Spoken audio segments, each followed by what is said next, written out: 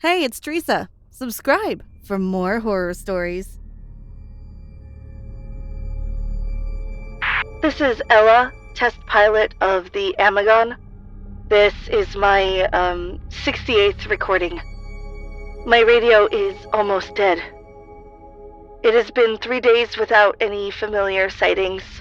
I don't even know where I am in the solar system. No planets, no asteroids, no stars. Just a deep darkness and a strange light shining in the distance. I have been flying towards the light as that is my only navigation point or source of hope. I'm not sure if I'm going to make it alive, but what was that? It sounds like something just landed on top of my ship. I have to check it out. This is Ella, test pilot of the Amagon. This is my 69th recording. This is Day 4 in this dark space of nothingness. I'm not even sure if I'm in space anymore. I don't think I can be that far away from our sun and still breathing. But if I'm not in space, then where am I? Something else is out here with me, but it's just too dark to see. I know something is here. I hear strange sounds sometimes outside of the ship.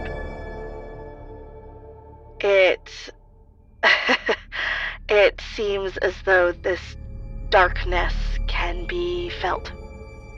Even my light is swallowed up by this dense darkness. I'm scared, and I fear that I might never see the light again. I hope someone finds this in the future, but for now, I'm going to keep my hopes alive and continue towards the light. I knew my recordings were probably never going to be found, but that was the only form of recreation I had. I never planned for the project to malfunction. I switched it on one last time.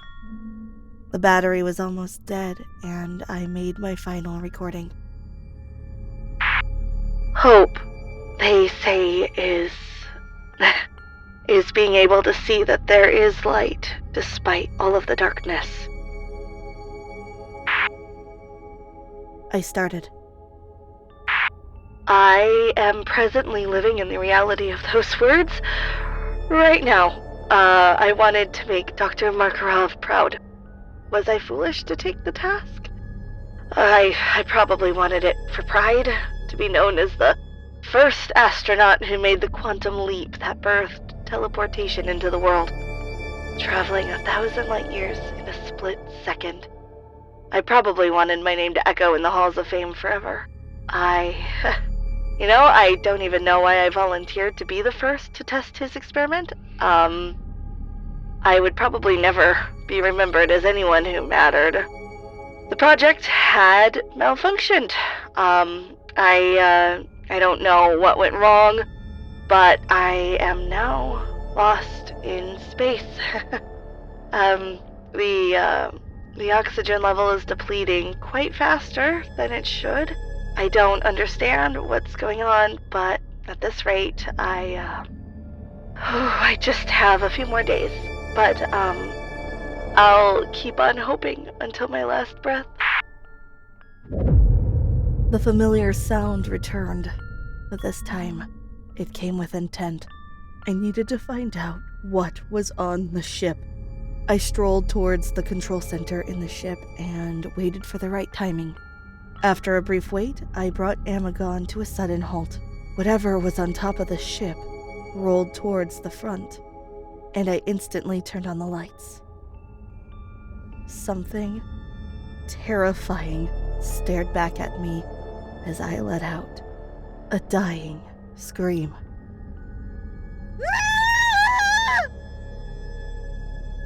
We need to get her out. Makarov's voice exploded throughout the conference room.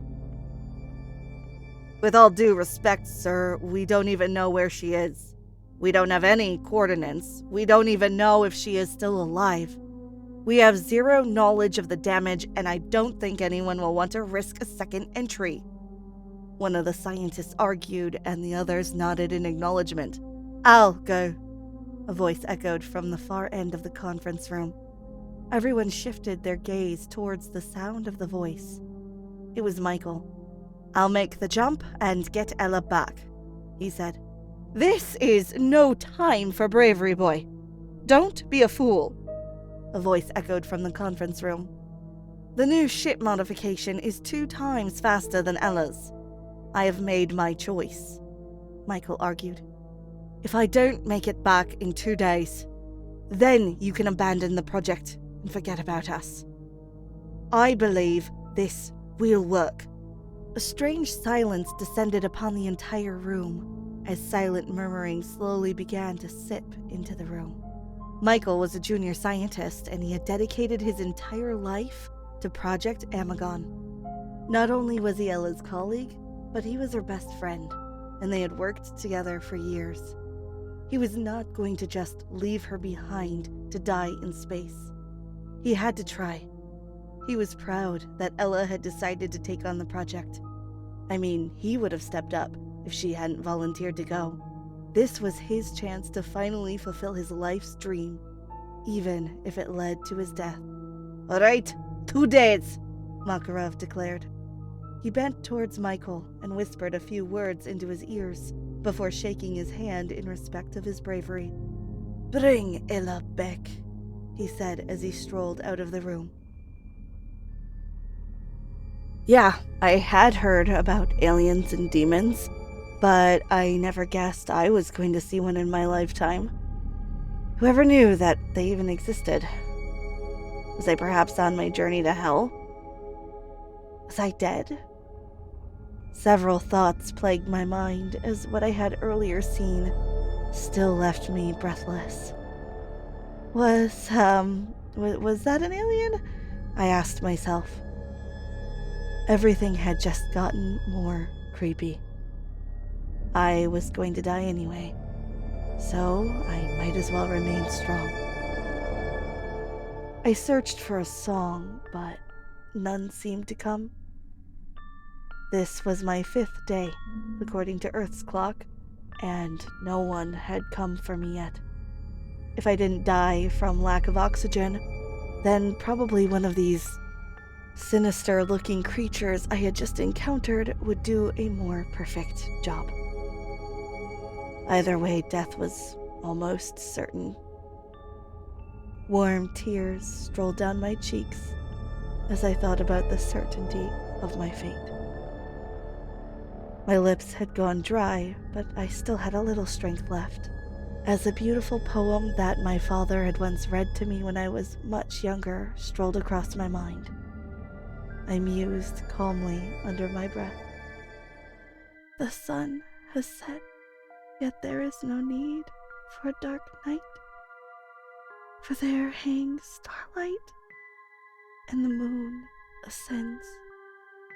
Mountains may crumble, and disaster befalls. Pity the land, for no matter how far it tried, it could not reach the sky. Yet the clouds descend as rain, eager to kiss the terrain. If the slopes crumble, then let it be. Let water fall where the trees may grow. Like times of strife in the advent of war, the song will rise. Echoes of cries, the rolling of dice. Fear it not, despite the uncertainty of culmination. Despite the fear of the unknown. Nothing will go wrong. Not with a heart standing strong.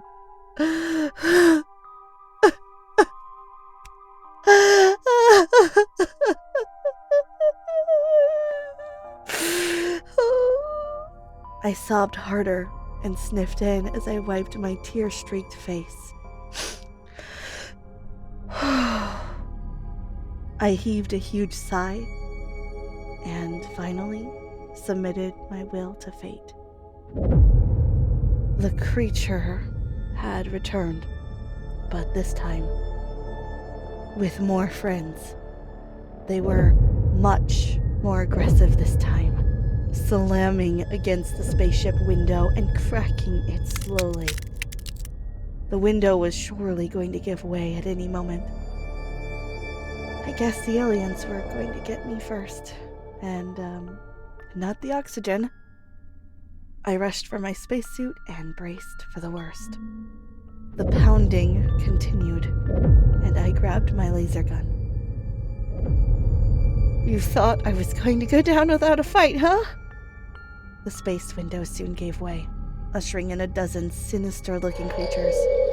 They moved in a distorted manner and had several leg-like structures which supported the grate of their body. They had no eyes, but present in front was a wide, mouth-like structure. They made several strange noises as they flooded in, and they were as dark as the darkness outside. Come on! Let's do this! I breathed heavily as I switched on the laser gun and fired towards the incoming creatures. The gun didn't seem to have much effect on them, but at least it kept them away for a while. One of the creatures succeeded in withstanding the force of the gun. It seemed slightly bigger than the rest. It approached me and slammed me towards the wall. Ugh! Oh! I groaned in pain, rising quickly to my feet, moved into another chamber in the spaceship, and shut the door tight. I swallowed hard. I knew I would not be able to keep it up forever. Soft hands scaled across my shoulders, and I immediately let out a loud scream and fell to the ground. I stared closely at what had earlier touched me. Oh, my jacket. Oh. I let out an angry grunt, grabbing the jacket and tossing it towards the ground. Another warning. My oxygen level was at its lowest and was almost gone. I had been doing a lot of running and had burned up a lot of oxygen in the process. Not like it mattered. So, okay, this is how my story ends. I would rather die from lack of oxygen than let those things have me. It seemed as though my entire ship was now overrun by these aliens. I moved slowly towards the emergency exit, climbed up onto the top of the spaceship, and reached for my helmet as the aliens stormed towards me. I took in one last breath.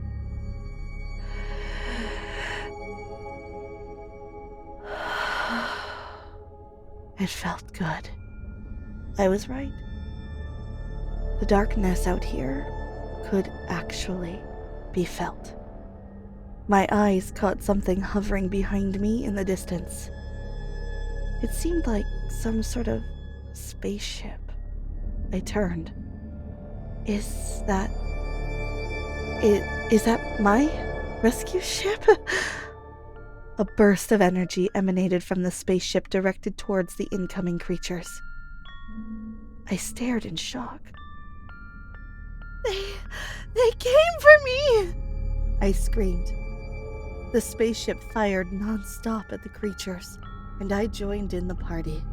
I switched on my laser gun and gunned down anyone that came too close. Ella, quick! Get in! We don't have much time! A familiar voice invaded my ears. It was Michael. I wasted no time in jumping into the spaceship as Michael continued to fire at the aliens. I jumped aboard the spaceship and gave him a warm kiss on the cheek. He stopped shooting for a moment, turned to me and smiled. I'm glad you're safe. Those were the only words that escaped his lips. How did you find me? I asked curiously. I will explain later. Come on, let me show you something cool. Buckle up. It's time to take you home, Michael said, as a tiny chuckle spread across his lips. He punched a few buttons, switched to supersonic speed. A new upgrade, he said before darting into the darkness. Supersonic speed? Cool, I let out calmly. These were gonna be the most memorable 5 days of my life, and I was glad to have recorded every moment, for hope never falters.